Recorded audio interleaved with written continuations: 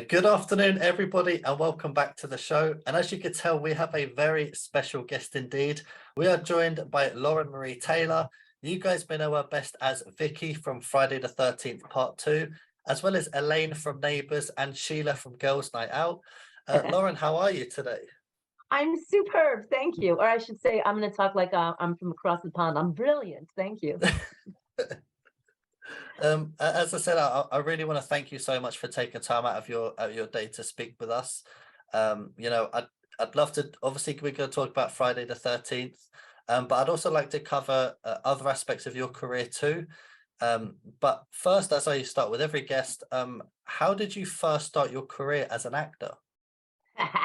Well, I was quite the shy little girl growing up. My grandmother, in fact, used to call me Sourpuss because I was just quiet and I never smiled at anybody. I was just, really, really introverted.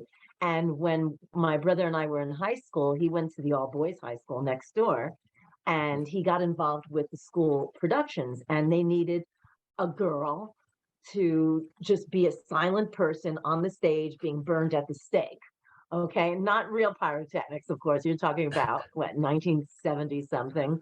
And so I was like, oh, okay. And I met all these fabulous people and came out of my shell and started doing all the school plays at the all boys high school next door, of course. And was doing a musical called Oklahoma, very American musical, with another actress by the name of Ali Sheedy. You probably know her from War Games and a bunch of other movies, Breakfast Club, those movies. So she was my brother's girlfriend in high school, and she already had a manager.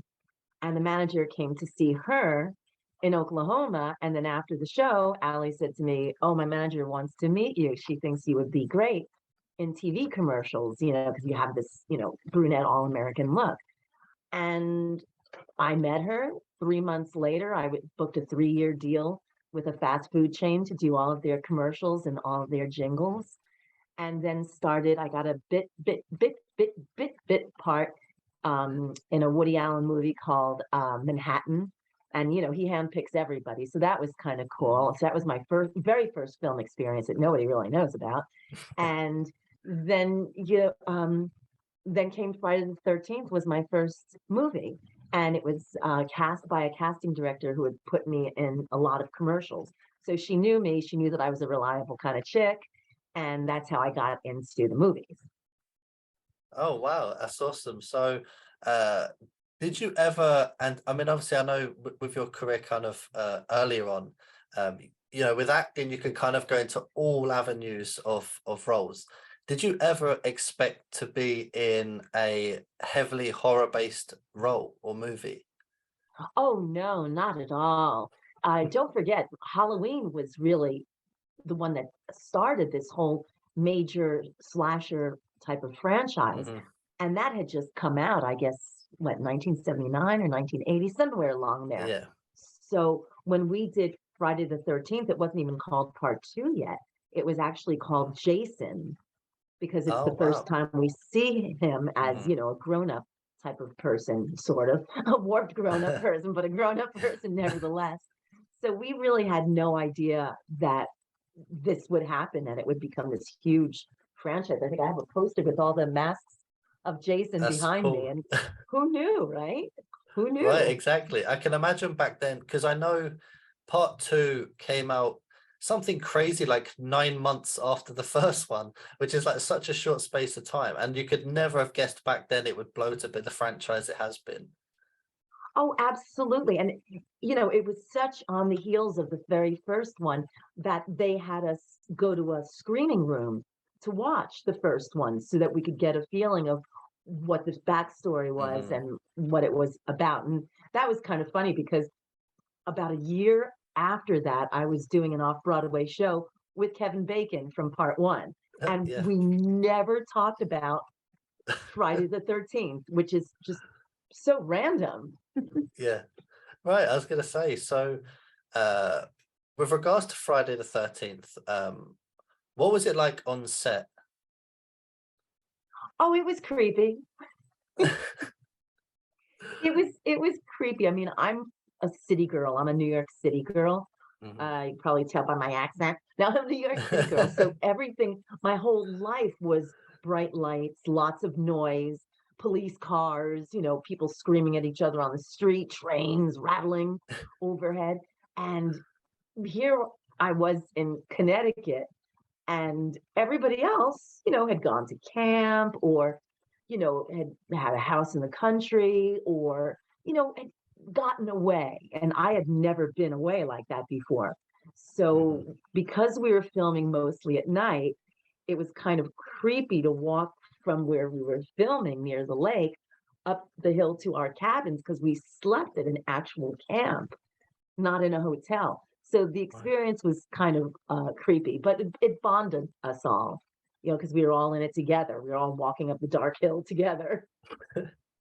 Yeah, exactly. And to be honest, you know, it is one of and I think that's probably why it grabs a lot of people, the franchise, is because the set itself is it's such a creepy, almost horror-like atmosphere just alone, just to be in a woodland area. So the fact that you guys, even during filming, had to still stay in a log cabin must have been pretty terrifying. Yeah, it was. And they took full advantage of us when us girls would be going up to our cabins. The guys would be in the woods making snapping noises with twigs and rustling the leaves. So we'd just run up the hill scared to death. Yeah, and I know you've touched on briefly just a minute ago. You've also worked on Broadway, um, and doing theatre work. So for you, what was that like in comparison to working in film and TV? Oh, it's very different. I was in an off-Broadway show that I wound up doing in Chicago, because I had to replace Jennifer Grey for a little while, and that was right before I got Neighbors too. So it's just very different, because you have the same script every single night, and because there's a live audience and the laughs are in different areas, the gasps are in different areas, depending on the audience's reaction to what you're doing. So even though a lot of people say, oh, it's the same thing every night, it's really not, because it's so audience reactive based to do something like that. So that was kind of cool. I always enjoyed doing stage work. I just like that whole thrill. It's like being on a roller coaster. You're going, the curtain opens, and all of a sudden you're like, ah! I can't imagine. Like, this is just somebody, right, that never done any acting before, never done any performances before. But for me, I think film and TV, it's always terrifying to do that. But I just think it's a whole nother level to do Broadway, because, like you said, it's a live theatre. You've got however many people right in front of you, all eyes on you. I mean, that must take some real courage to get up on stage and to do that consistently night after night. Oh, like we say in New York, it takes a lot of cojones. Um, so do you feel more at home maybe on theatre stage, or do you feel more comfortable on film and TV? I got very comfortable on TV. And because of my stage background, and like I said earlier, was the reliable girl, because I always Right. came to set prepared. Um, TV was good because you had rehearsal periods, you had rewrites sometimes, you had to think on your feet. And playing a character I was on the soap opera that I was on for 12 years, on Loving. So playing the same character for 12 years, kind of like an audience evolves your performance on stage, because I grew up with the character and the character grew Yeah, up with me.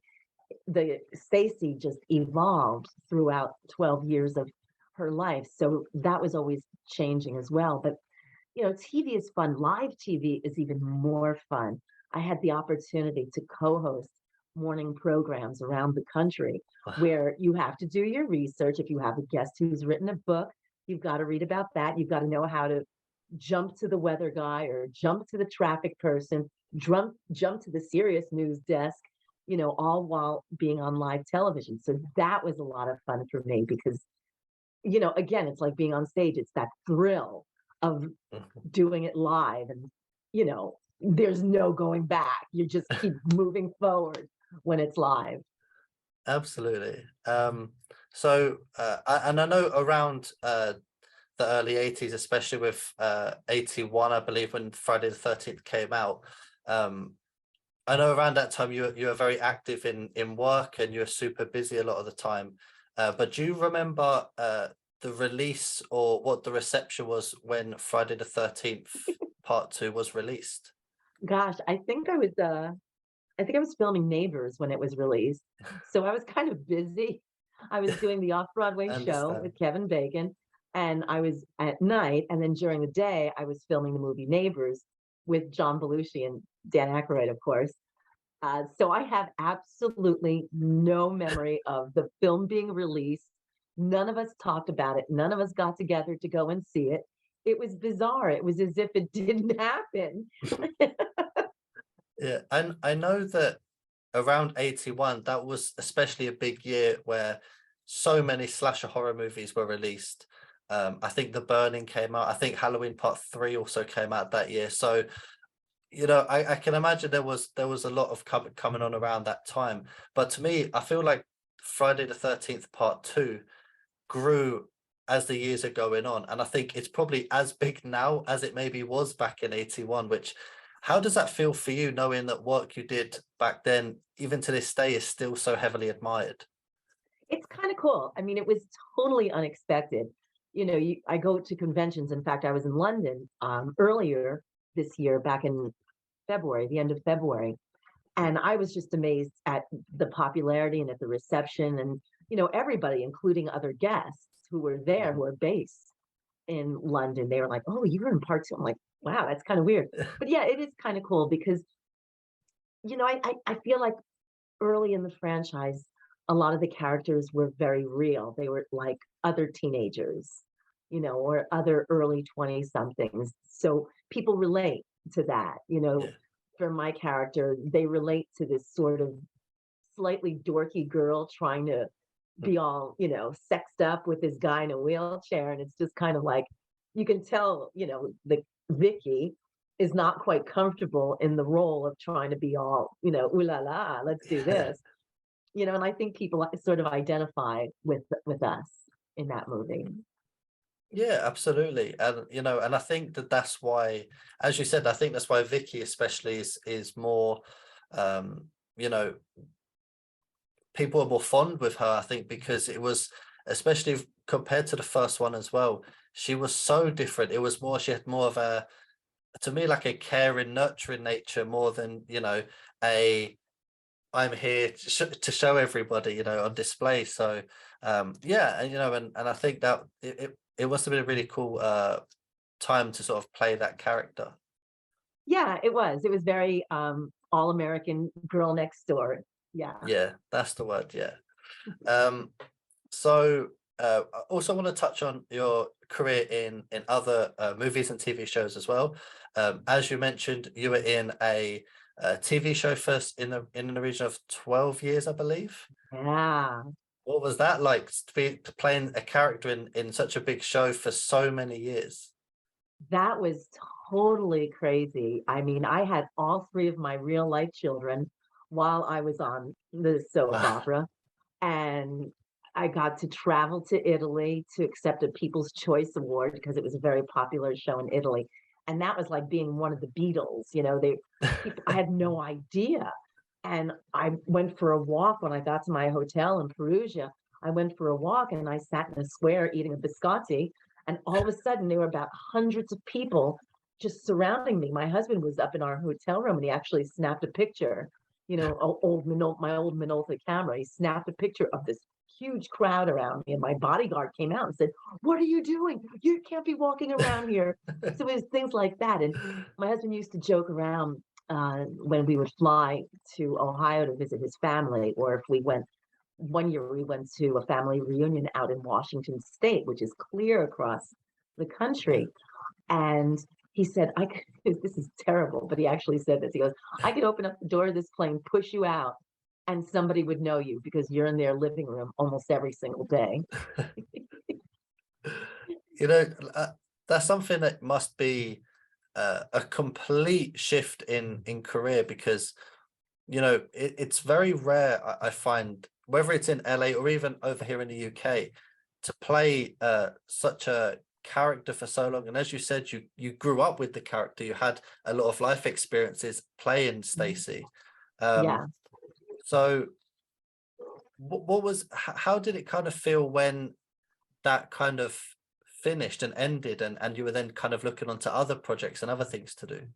Yeah, that was hard actually because uh, at that point I had sorry, my dogs are barking. No, I've got a They're dog, so I completely understand. oh, they're nuts. They're crazy. Well, one is crazy. The older one is the one that barks at everything that walks. He just barks. It was hard because at that point, because of my age, I was on the show for almost exactly a third of my entire life. Wow. And I basically really didn't know a whole lot else at that point. Mm, Um, you know, because, I started acting as a teenager when I was about 17 years old. Well, professionally since I was 17. So mhm. by the time I was done with the soap opera, I was in my mid 30s thereabouts. And in the United States at that time, when you're in your mid 30s, you're already considered over the hill. Wow. So it was kind of a weird shift for me. So I went and I just started doing commercials. I did some more talk show Mhm. gigs, and then I did a complete career shift and went back to school and got my degree in teaching. And I was a teacher for over 10 years and a director of a local theater company. So I did that also. So I stayed creative, but I also, found a different calling until I retired from that. Wow. That's that, I mean, that's a complete different shift, to become a Mhm. teacher. Yeah. Um, you know, uh, was that something that kind of always in the back of your head you always maybe wanted to do? Was that something that just kind of came completely out of left field? Yeah, it was something. I mean, when I was younger, I always thought I would be a veterinarian. But then when I learned that you have to put animals to sleep, it's I was just like, no, I don't think I can do that. Yeah, Um, I mean, it's even hard when you have an old animal and they start for to sure. deteriorate. Just bringing them in is heartbreaking. I can't imagine. So it was always in the back of my mind when I was early in my college career, that I might like to be a teacher. But in the United States, believe it or not, it was poo-pooed because teachers don't really make a whole lot of money. Mm, And so my family was like, "Oh, you're going to be poor the rest of your life." And I'm like, "No, I'm not." So I kind of, when I started becoming very successful with the acting, I just sort of let that idea go until I was, in my 40s. So, yeah. Wow. Um, You know, something that kind of always I like to ask some of the guests, because I know as you touched on briefly, you've attended a lot of conventions. I would say primarily horror conventions you tend to attend. I know the horror community is absolutely insane. um, what's been your general experience overall with attending conventions and meeting fans, and whether it's horror or other shows? oh, I have a great time. The fans are just great. I mean, they come with cute little gifts. There's one young boy who makes a Jason type of masks Oh out wow. of rocks, and then he puts his information on the back. I've got artwork that people that I have in this is my kid's old room. I sort of took it over to do this. But I have artwork that fans have made that I've put up, original pieces from artists. And then, of course, photo ops are always fun. Like this was in a recent photo op. I just like to have fun with them. And then I Yeah. do this costume photo op. It's just so much fun. This was a dare, and I decided to go ahead and do it. But it's the brown undies photo op. Yeah. Isn't that funny?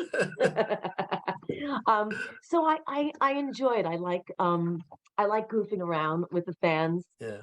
Even I mean, and it's not just with the guys. I like goofing around with the women too.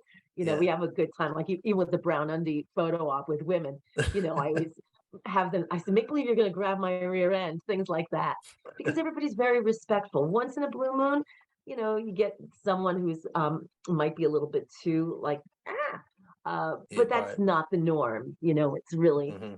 it's not the norm at all. Everybody's just really cool, and the things they bring for you to to sign. I mean, posters and things like that. But then there's, like I said, original type of artwork or collages that Right. they commissioned, and then there are the people who have everybody's signature, from the franchise. Right. And you just look at these posters and you're like, oh my God, time to frame this, dude. I mean, Yeah. Judy Aronson, who I believe she was in part 5, she has a Jason mask that she goes around with that she has all of us sign. That's her Oh, personal wow. mask. Yeah, it's kind of fun. It's kind of funny. I was thinking about doing it with my Mask of Jason poster. My brother just got that for me for my birthday. I was gonna say, to be honest, I love your background. I love some of the artwork you have in the background. It's really cool. Oh, oh, thanks. Yeah, I have a few things. Oh, I got a picture of me with John Belushi from Wow. Neighbors. Yeah. Yeah, I've got a few of those. And then I got, people that I've interviewed, and Mhm. yeah, yeah, it's kind of fun. I've got oh, this is a recent thing here. Look at me. This is okay that I show you all this, right? Yeah, I was just absolutely. in Yeah. this is from Frightmare in the Falls. It's made with one of those computer Wow. things, so it's like a Oh, 3D 3D. printers. Yeah, Isn't that cool? that's So, incredible. yeah, and then young fan, another young fan made this. He knows I like cats, so he made a Jason mask, like a We cat-like type of thing. c- So it's fun stuff like that Yeah, it's just unique to the whole horror movie world. All of this is unique to it. absolutely. Do you have any particular standout moments that really stick in your head with these conventions? Um, oh, well, besides the photo ops that we do, Yeah. um, we've done reunions. When Hmm. I was it last, yeah, 2021 was our 40th reunion. And that was kind of cool because most of us were together at almost every convention that we traveled to. But the Right. first time we all saw each other, it was like, oh my God, we hadn't been all together in a room since we filmed the movie. Hmm. Like you'll see this person here or that person there, but to be in the same space with Kirsten Baker, Marta Covert, Russell Taub, Bill Randolph, Amy Steele, I mean, John Fury, Warrington Gillette, it was just crazy. So that was really stand out last year for me at least, was to be with them, you know, at one in one place after not sitting around a campfire for 40 years. It was like that Yeah, original scene. Yeah. well, yeah, exactly. That's something that I think maybe it's something that very few people in this world ever get to experience, where all of you are part of not just a, not even just a franchise, you're all part of such a huge, colossal movie. But so you all have that one big thing in common, but yet you haven't seen each other in so long just because life gets in the way. So to actually get to be with each other again must be such an amazing feeling. It was definitely cool. And recently, I don't know, all of a sudden, but recently a lot of loving fans have been coming to the Mhm. conventions. And Wow. I had one fan who came with a scrapbook of fan letters that he had written to me that I wrote back Wow. to. And and he has all my old soap opera photos and clippings. And I was just like, this is unbelievable that he had these letters after all these years. It was insanity. Yeah, and I think that's one thing that I know Comic Cons and conventions, some people have an amazing experience and some people maybe not so much, but I think this is the beauty of why some of these conventions are so important is because for you, you get to see, you know, whether it's family, friends, and people that love your work, but also these people that have been a fan of yours for almost 40 years, they get to Yeah. finally just have a quick interaction with you. That's the beauty of it. Yeah, and then for people who are just seeing the series for the first time, you've got younger people in their teens and 20s. Mhm. That's also very cool. Oh, the Yeah. other cool thing about conventions too are the cosplayers. Yes, yes. They just Absolutely. tickle my fancy. Whenever I can, I get a picture with the cosplayers because they're just too much fun, and that's a lot of work. Yeah, yeah. So I've seen some people dedicate, 4 or 5 months of a year just to cosplay for one event. It's Yeah, insane. it is. It's amazing. Um, maybe, I mean, very much you may have already done it, but what would be your dream role to have been in any movie in the world? Oh, wow. Um, this is very politically incorrect in the United States right now, but I would have loved to have been in Gone with the Wind. Just to wear Yeah. those beautiful antebellum, we're not allowed to say this in the States anymore, but those beautiful clothes. They're trying to cancel Gone with the Wind, whatever. But Mhm. it's a movie, and that's my feeling. It's a movie, but to wear those For sure. clothes and to be so pluckish, a Scarlett O'Hara character, just to be like that would be kind of cool. The other one, of course, is Terminator 2, the Linda Yes. Hamilton role. I would totally love to have rocked that role. Oh man, it'd be badass like that. I'll tell you, I went after I saw that movie, I went out and I got a personal trainer thinking I was gonna look like that. I came pretty close that year. It took me about a year, but I came pretty close. You know, God, I still have some of the clothes that I wore when I Wow. trained and worked out like that. And my husband said, like, you need to get rid of these clothes. How old are they now? I said, I am going to fit into those clothes once again. I'm going to get myself all buffed out again. Luckily, I got COVID and lost some weight, so I'm getting close to fitting into the clothes. Wow. Well, so whether it's now, I mean, it could have changed, or whether it was at the start of your career, who or what inspires you? Oh, wow. Who or what inspires me? That's a really good question. Um, wow. I mean, my son inspires me actually. Oh, wow. He's had to jump through some hurdles in his life, and he's really, he's married now, and he's, just has become very confident. He was bullied a lot when he was younger, and that's Right. hard as a parent too, Of to course. see that and to try to do something about it. And there's nothing you can do about it except Mhm. want to pick a fight with the bully's parents, which I did a few times. So he has inspired me because, like I said, he's had to overcome a lot to be the Mhm. really good man that he is today. Yeah, I know that sounds corny, but it's No, true. no. Do you know what? Do you know what? That's what people like to hear, and I think that's what sometimes it's nice to put that out there, because I mean, it's all to me. No matter how much I love a show or I love maybe a public figure, it's the people that go through, sometimes daily hardships there, and they, come through the other side, and they're, flourishing, and they're beautiful people, and to me, that's the most inspiring thing that you can see. So that's Yeah, beautiful for what you said about your thank son. you. Thank you.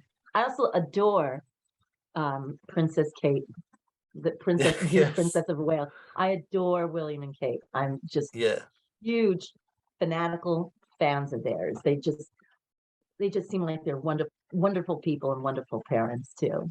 Yeah, absolutely. And I think I think that's one thing that we're very blessed with in our country, obviously with the monarchy is we know that eventually, he'll become king. So, and as you said, he seems like such a genuine, just down to earth guy, and she seems very genuine and down to earth too. So that's kind of Yeah. a big relief for us.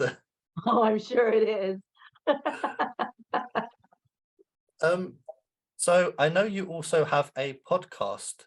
Do you want to tell people about your podcast? Yeah, it's called the Not the Final Girl podcast. Where is it? I have a little poster here. It's called the Not the Final Girl podcast with yours truly, Lauren Marie Mhm. Taylor.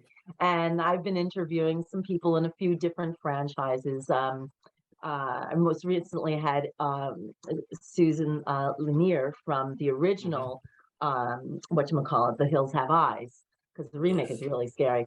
And I had obviously people in my franchise on Warrington Gillette, and we chit chat about their career, we chit chat about their interests, what they're up to. Russell Todd, named some of his favorite places that he's traveled to because he's a huge world traveler.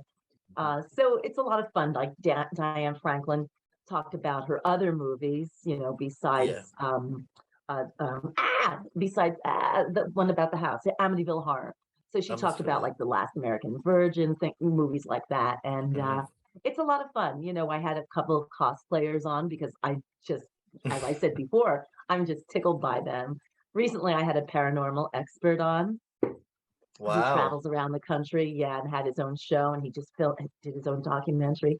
So I have a bunch of different people. I'm kind of taking a little break. Like I said, I just had COVID, so I've had Yeah, to rearrange everything, and I still just feel like sleeping all day long. of course. Yeah. um, but yeah, so it's a lot of fun. It's a lot of fun. Yeah. Yeah. And to be honest, if health always comes before anything, but as somebody who works with a lot of interviews, it is super, super demanding, as well as trying to constantly arrange interview guests. So it takes a lot out of you. So definitely, as long as you're feeling good, and then you can always come back to it whenever you Yeah, feel good. exactly, exactly. And I'm sure you're the same way. You do all your own editing. Yeah. Everything is you. A lot of people think, because I'm an actress, in a franchise, and I've done this and I've done that, that I have a whole team around me editing and putting music to it. It's like No. the music is my husband's original music, and Oh, I that's have awesome. oh yeah, it's crazy, but it's true. I've set up interviews where, I mean, I know I felt so bad about canceling the other day, but I'm taking care of my mother right now. So For if sure. she has an appointment, I have to take her to Yeah, a of doctor's appointment. course. Um, um, but what was I gonna say? Oh, yeah, yeah, yeah. So like, there's another guest that I've been going back and forth with, and he keeps canceling on me at the last minute. I had another one who called me up and said, "It's now a good time." I'm like, "I'm hiking right now." Send me a text and say, Yeah. "Are you busy in about a half an hour?" So, it's kind of Yeah. hard, to pinpoint. And I don't want to say that, Mhm. well, I guess I can say it because I'm an actor, but sometimes we get a little flaky. No, like I said, I mean, family and health always becomes for anything, no matter what it is in life. So, end of the day, but I've always said, for people like yourself, you owe me absolutely nothing. So if I could ever get a chance to interview you, that's always a dream for me.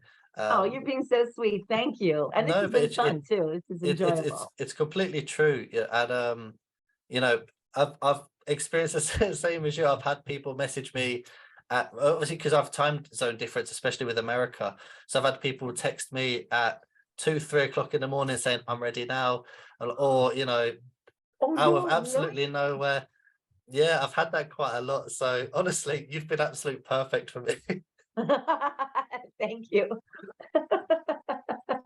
Yeah, it's funny because I haven't, you know, because of the situation here at home and taking care of my mother, she's been living with us since May. I've had to sort of put a lot of things on the back burner. So I Yeah. was happy to be able, because I know we've been talking about doing this for a few months now, back in Hmm. October too. So it's nice to be able to do it. But so I'm like trying to honor like my commitments that I had told Yeah. people earlier in the year. So I have one that I'm doing today at 6 o'clock, and I'm thinking, I had this huge mushroom curry dish planned for tonight, and I'm thinking, I'm gonna take my computer and I'm gonna do it in the kitchen while I'm cooking Yeah. because it's right when we eat. But I felt bad because it's when they're available too. You know? Right. Yeah. Yeah, Yeah. yeah. No, Because that's it. It's always got to work around. yeah, yeah, yeah. So we'll see. I'll let you know how that turns out. Yeah, you have to let me know how it goes. Um, so obviously I'll make sure at the top of the description to link your Instagram, because that's where people will be able to find your podcast. And also it's always interesting to be able to follow you because you post some amazing pictures. Oh, thanks. Yeah, I'm a little behind the curve at the moment. Like I said, I never get sick. Even my doctor, when I called him up and said, Mhm. I said I tested positive for with the at home test for COVID, and he's looking at my chart. He goes, "You haven't been sick since 2017." And I was like, "Oh my God, I've forgotten what it was like." I told someone, I said, "I feel like I've been thrown out of a roof and landed on Mhm. my back." That's how Yeah. it felt. Yeah. Anyway, I keep going back to that because I'm still like all brain fogged. So if I sound really ditzy, it's not just because I'm an actress, it's because I have brain fog or something. No, I really hope you start to feel better soon. Thank Your you. COVID, that's the thing. COVID, people need to remember with COVID. although the world's getting back to normal, it's still there. People are still going to start to suffer with it. So I really hope you start to feel better soon. Thank you. Um, Did you have it at all? Did you get it I've had it twice. I had it twice? twice. I Mm, got it right at I think in the middle of 2020, I think. Yeah, when it was right fresh. as it started, and then I got it again earlier this year. But earlier this year wasn't too bad. But the first time I got it, it hit me like a ton of bricks. I honestly, I couldn't believe how bad it hit me. Yeah, my husband had it in the very beginning as well in 2020, and he said it was the same thing. It just hit Mhm. him like a ton of bricks. He couldn't even stand up, you Yeah, it know, was horrible. Yeah, I was just lying in bed watching TV all day, every day. which can Um, be fun. it's good for a certain amount of time, and then after a while, you're just like, I really want to get back to life now. Yeah, I need to take a shower. This is Yeah. ridiculous. Um, do you have anything else you want to plug, whether it's social medias, any conventions coming up, any projects coming up? Well, I have a website. It's, laurenmarietaylor.com. The link is Hmm. in my little Instagram bio, my little Lauren Marie Taylor one. But I do have a project coming out. I filmed in Canada.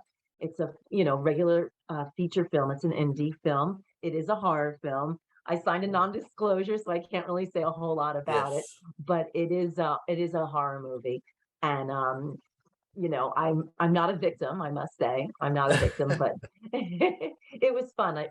We filmed it over in mid mid Canada, an area called Sault Ste. Marie. And it was cold, but it was a lot of fun. Yeah. Okay, so I mean, I'm assuming when more can be released, it'll probably pop up on your social medias. You betcha. So if anyone wants to check out that movie, make sure you follow Lauren's Instagram. And once the movie is officially released, we'll make sure we can promote it because I'm really excited to see that too. That'd be amazing. Thank you. Thank you. Lauren, I want to thank you so much for taking time out of your day to join us. It's been an absolute blast to get to talk to you. Thank you. Same here. Thanks for having me on. It's so much fun to do an international podcast. I think this might be my first international podcast that I've done. Oh, there we go. There we go. Yeah. First. Brilliant. My first Thank you. time. Thank you so much, Lauren. I appreciate it. Thanks, Sam.